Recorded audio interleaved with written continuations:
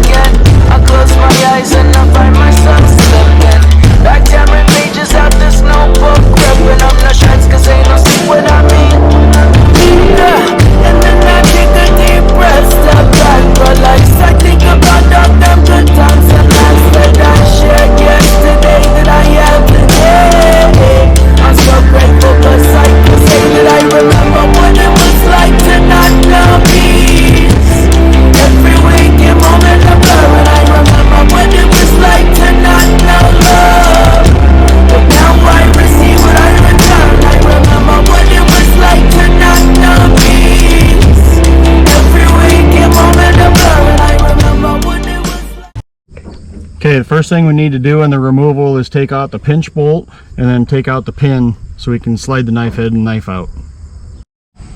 Next thing to do once you get the pin out is to start pulling the sickle out.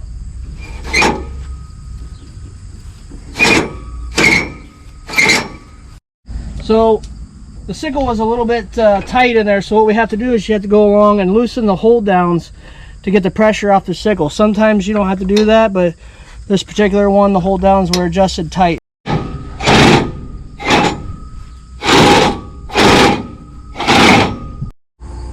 I want to go over, when you order a conversion kit, how it actually will come to you. Either it'll come to you via LTL or UPS, FedEx, however you want. We can ship it to you in these boxes right here. So one box will have all your rollers, your hardware, your specialty items that you need. The next boxes will have all your guards. There'll be 2 boxes of guards depending on the footage of your header. This one's a 35, so there's quite a few guards. On a MacDon, we have to run skid shoes, and I'll explain in a minute here that we have different skid shoes than the OEM skid shoes. And we also have the sickle. It's in segments. As you can see, that's 8-foot segments. There'll be a head piece, middle pieces, and a tail piece. Those are all marked and labeled so you know what you need. We also have instructions, layout, and everything with each conversion kit, so you can see how the guards are actually laid out on the machine. And then, so this is the MacDon OEM guard that we're taking off. As you can see, it fits the skid shoe. This is the OEM system. There's the bottom side. This is a Schumacher guard with a Schumacher skid shoe. You can see that the square edge rather than the round holes, and that fits the Schumacher guard. So the next step, what we're going to do is we're going to start taking off all the MacDon guards, hold downs, and everything you see here, and we'll put it in a box, save for later. If the customer wants to do what he wants with it, we will stop at the flex joint. As you can see, there's a plate here for the flex area hinge on the draper header.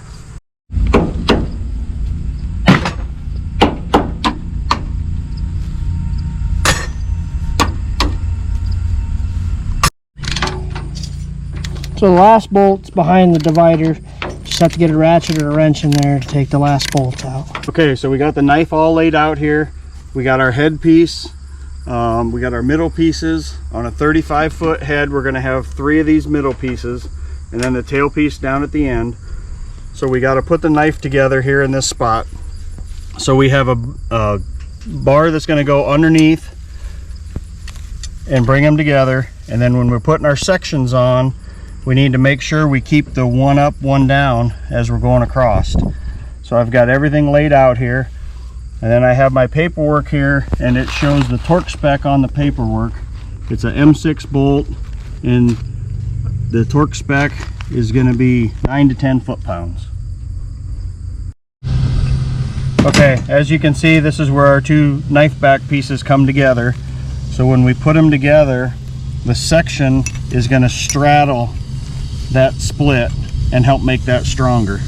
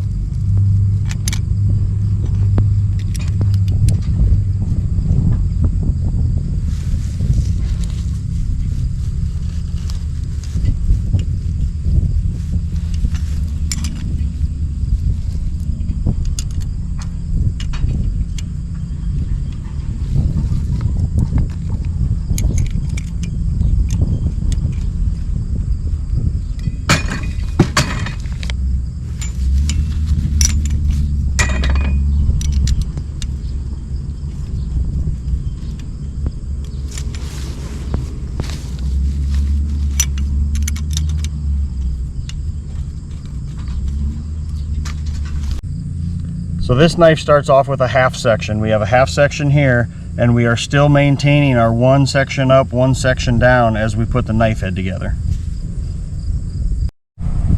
So when you get the knife head, all the hardware that you're going to need is going to be attached to the knife head. The knife head comes with a new bearing and seal in it, and we will reuse the original pin that we removed in the first step of removing the knife.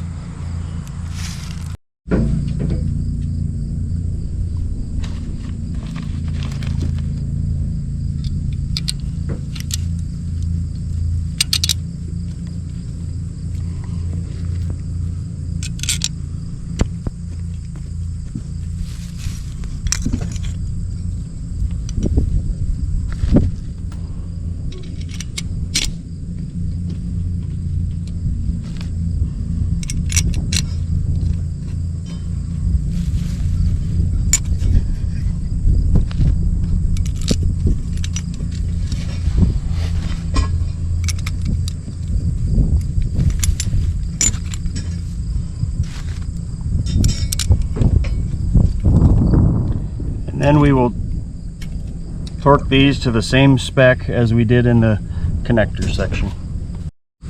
Okay, so the next step is, after we got all the OEM stuff off, make sure the backbone is nice and clean once you get going.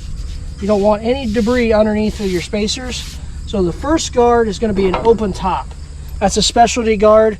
This is for the knife head area, so this is a clearance area here. So the kit will come with two small bolts, two shorter bolts, and that will go on the open top guard only, and the rest of the machine will take a standard length bolt that you will see.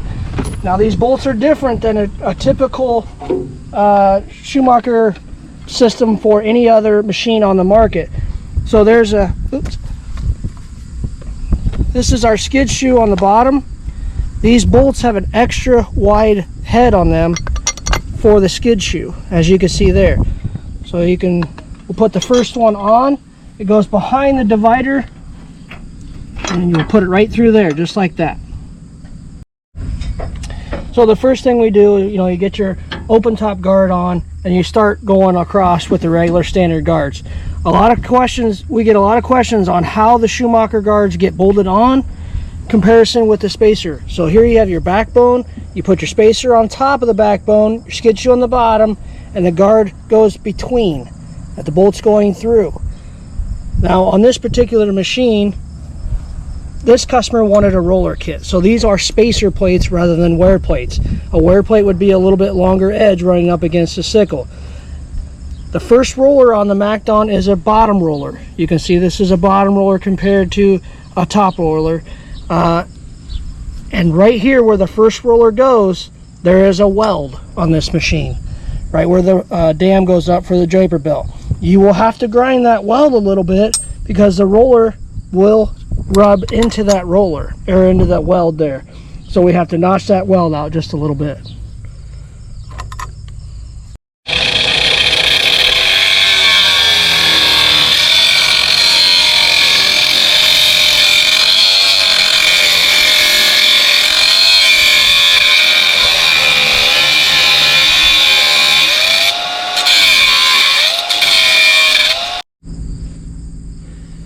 So we want to show and talk about this, you know, the rollers that we have. This is the bottom roller, this is the first one. Then we alternate them across. This is a top roller here, and this a bottom roller is the next one. So it's every foot or every second guard is a different roller. And I want to point out on the MacDons that it is very important that you check your roller clearance on the bottom rollers on the draper dam. This metal sheet here, the bottom rollers get really close on the MacDon machines. So when you go to tighten them up, what we recommend is you pull these forward, pull them towards you, and tighten them up at the same time to keep that roller away from that dam.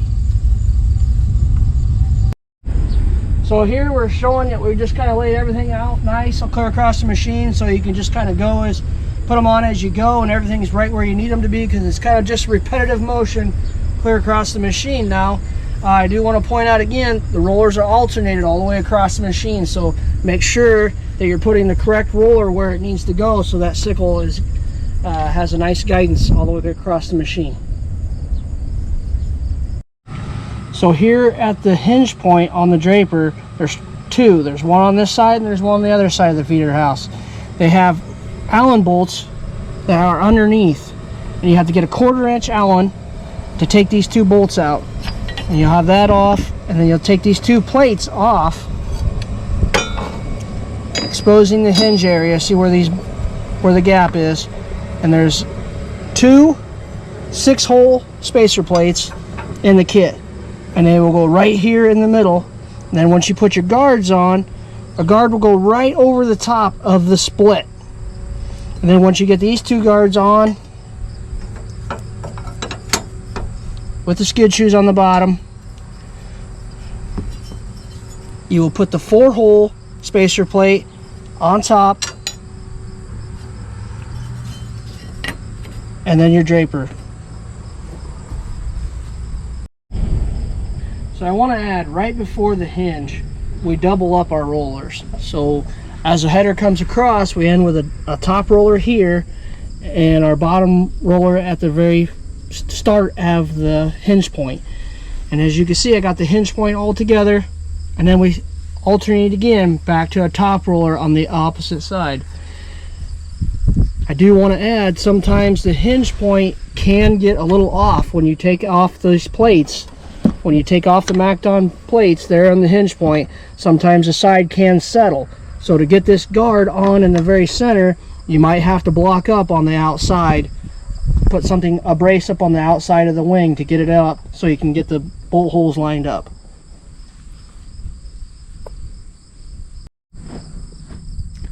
So one thing we get a lot of questions about with the MacDon Flex area is, our system just as strong, if not stronger, than the OEM system?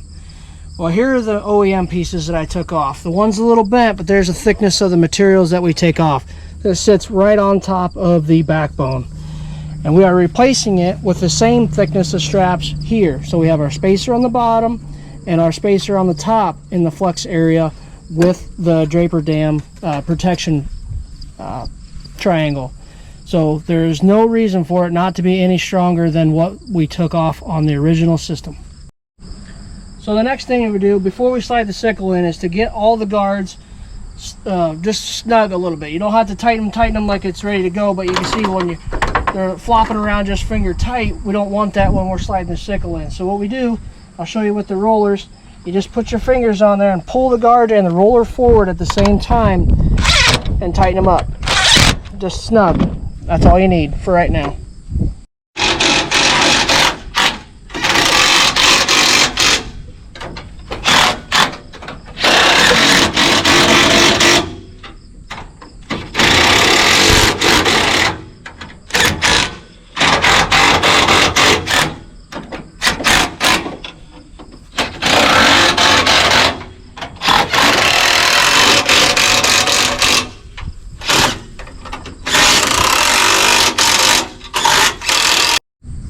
Okay, so all the guards are snugged up. Now we're going to start to slide the sickle in. You might have to have somebody help you put it in, because you might have to guide the knife in certain areas, especially the flex joint, just kind of keep the sickle going in the guards. But one of the last steps.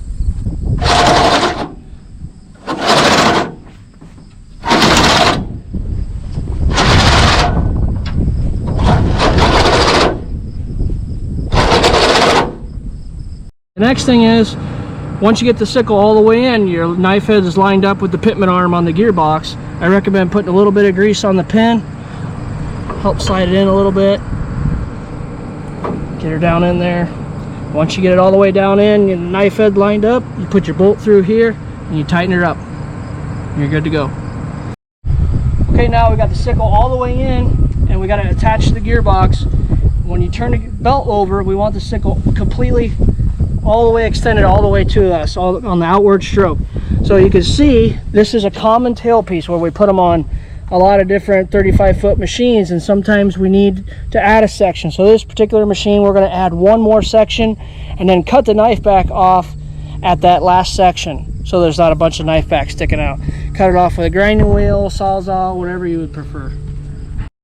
So before we start the machine and we run it and you guys can see and we go over some things, I want to point out that it's very important that when you go and when you start to tighten everything down, that you make sure the rollers are turning freely. They are not up against this the draper dam.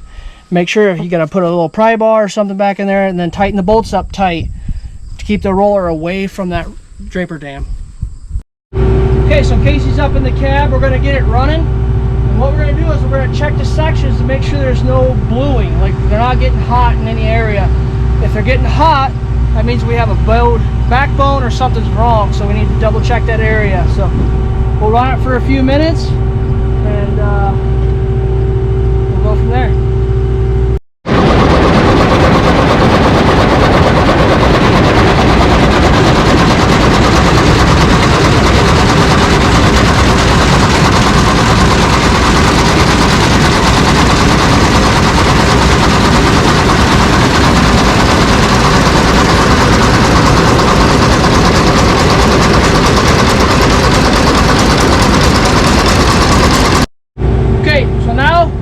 Do a test with our 2x4 just to show everybody what our Schumacher system can do compared to an OEM system. So Casey's going to go ahead and start it and rev it up.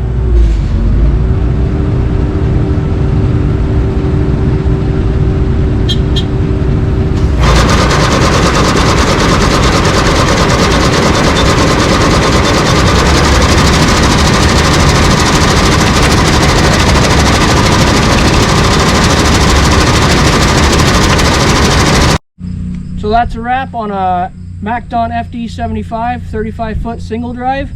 Took us about 3 hours. Again, I want to point out, keep an eye on your hinge points when you're taking everything apart. If you have to block up the ends, please do so. It'll help that hinge area, help you put it back together, make things a lot easier for you. So if you have any questions, please give us a call. Follow the link below. I hope you all have a perfect harvest.